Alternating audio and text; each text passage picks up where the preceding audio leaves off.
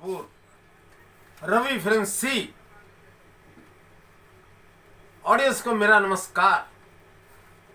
दोस्तों, 22 तारीख रात को जो हुआ, दो गुंडों ने बंबई के अंदर आर भारत के editor in chief Arvind Goswami पर हमला किया, जानलेवा हमला। ये तो शुक्र है भगवान का, उसने अरविंद गोस्वामी की रक्षा की भगवान ने, वरना वो गुंडे उनको मार ही देते। आज कुछ देश के गद्दार हिंदुस्तान में लोकतंत्र को खत्म करने पर तुले हैं। वो नहीं जानते हिंदुस्तान का लोकतंत्र कितना मजबूत है। 130 करोड़ जनता उनका सब ये नंगा खेल देख रही है, और वो जनता भारत की उनको कभी माफ नहीं करेगी। मीडिया लोकतंत्र का चौथा स्तंभ है। मीडिया के बिना लोकतंत्र पूरा नहीं, अधूरा है, अधूरा। हिंदुस्तान के सबसे बड़े एंकर अरविंद गोस्वामी, जो किसी से डरते नहीं, सच्चाई कहने से चूकते नहीं, अगर भारत के महात्मा गांधी जी एक सत्यवादी थे, हिंसावादी थे, और जिंदगी भर सत्य कहने से कभी घबराए नहीं।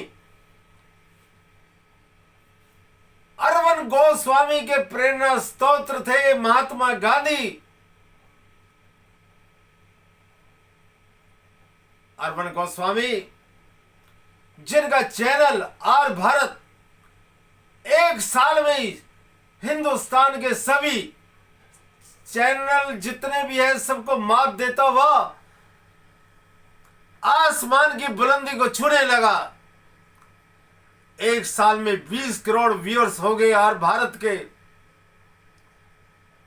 अरविंद गोस्वामी जो भी बात करते हैं देश हित के लिए, उनसे बड़ा कोई भी देशभक्त नहीं। सच्चाई कहने से कभी घबराते नहीं, चाहे उनकी जान चली जाए।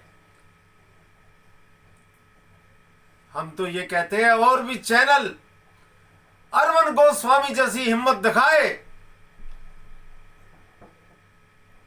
तभी इस लोकतंत्र की रक्षा हो सकती है।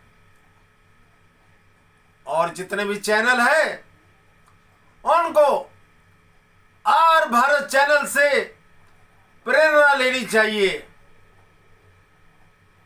और सत्य कहने से कभी भी चूकना नहीं चाहिए। मत घबराए उन देशद्रोहियों से। वो देशद्रोही किसी भी मीडिया चैनल का कुछ भी नहीं बिगाड़ सकते। भारत की 130 करोड़ जनता आज अरविंद गोस्वामी से प्यार करती है, उनको मान सम्मान देती है। हमें भारत को ऐसे ही चैनल चाहिए जो देश के गद्दारों से डरते नहीं, जो किसी से घबराते नहीं। उस भगवान का लाख लाख शुक्रिया अदा करते हैं हम। अरविंद गोस्वामी की जान बच गई। आज हमारे देश का सारा साधु समाज, संत अरविंद गोस्वामी के साथ है। पूरा हिंदुस्तान उनके साथ है। मैं भारत सरकार से विनती करता हूं, अरविंद गोस्वामी के जो मुजरिम है उनको सख्त से सख्त दंड दिया जाए, उनको फांसी के फंदे पर लटका दिया जाए। और इस देश में जितने भी गद्दार हैं उनके ऊपर संविधान को चाहिए कड़ी से कड़ी सजा दी जाए उनको। आखिर इस शांति प्रिय देश की उस शांति को क्यों भंग करना चाहते हैं? आज कोरोना वायरस निजामुद्दीन मकरस के मौलाना की वजह से और उसके साथियों की वजह से हिंदुस्तान में इतना बढ़ चुका है कि हमें खतरा ही खतरा नजर आ रहा है। दोस्तों, भारत सरकार को चाहिए मौलाना को जल्द से जल्द पकड़े और उसे कठोर से कठोर दंड दे। वही मुजरिम है, वो कातिल है। उसने कोरोना वायरस को इतना फैला दिया, हजारों को मौत के मुंह में डाल दिया।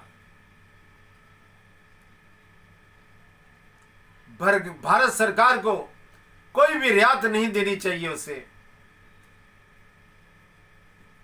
दोस्तों, इस समय हमारा भारत देश बड़े ही भयंकर दौर से गुजर रहा है। हमें मोदी के अपील के अनुसार लॉकडाउन में रहना चाहिए, घर में ही रहना चाहिए। अगर हम अपने परिवार की रक्षा करना चाहते हैं और अपने देश की रक्षा करना चाहते हैं तो लॉकडाउन, मैं तो भारत सरकार से कहता हूं कि लॉकडाउन को अभी और कुछ समय के लिए बढ़ा दिया जाए, क्योंकि स्थिति ये सामान्य नहीं है, बड़ी ही खराब है स्थिति ये। इन भारतवासियों को थोड़ी भी ढील दी गई तो चारों तरफ हाहाकार मच जाएगी और कोरोना वायरस के लपेट में ये भारतीय लोग आ जाएंगे। इस लॉकडाउन को और बढ़ाया जाए ताकि भारत के नागरिकों की सुरक्षा हो सके। दोस्तों, इधर हमारे महाराष्ट्र के अंदर 2 निर्दोष संतों की हत्या कर दी गई, भीड़ ने कर दी, लेकिन महाराष्ट्र सरकार कोई भी एक्शन नहीं ले रही है। उन मुजरिमों को अभी तक पकड़ नहीं पाई। बड़ी शर्म की बात है। बाल ठाकरे जैसे शेर, उनके पुत्र उद्धव ठाकरे वो भी एक शेर है, लेकिन ना जाने क्यों सत्ता के लालच में उन्होंने आंखें बंद कर ली है। उद्धव ठाकरे जी, ये सत्ता का खेल तो आता जाता रहेगा, लेकिन आपकी जो हिंदुस्तान में बदनामी हो रही है उससे बचिए। आप दिल से, हम जानते हैं आप हिंदू हो, कट्टरवादी हिंदू हो और हिंदू धर्म की रक्षा के लिए आपने जो कार्य किए हम उनकी प्रशंसा करते हैं। आप सबसे बड़े राम भक्त है।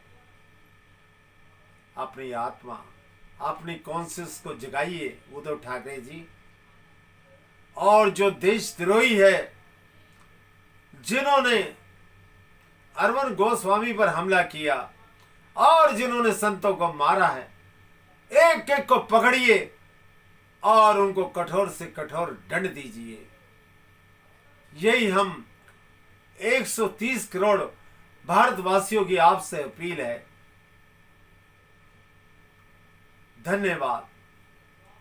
जय हिंद।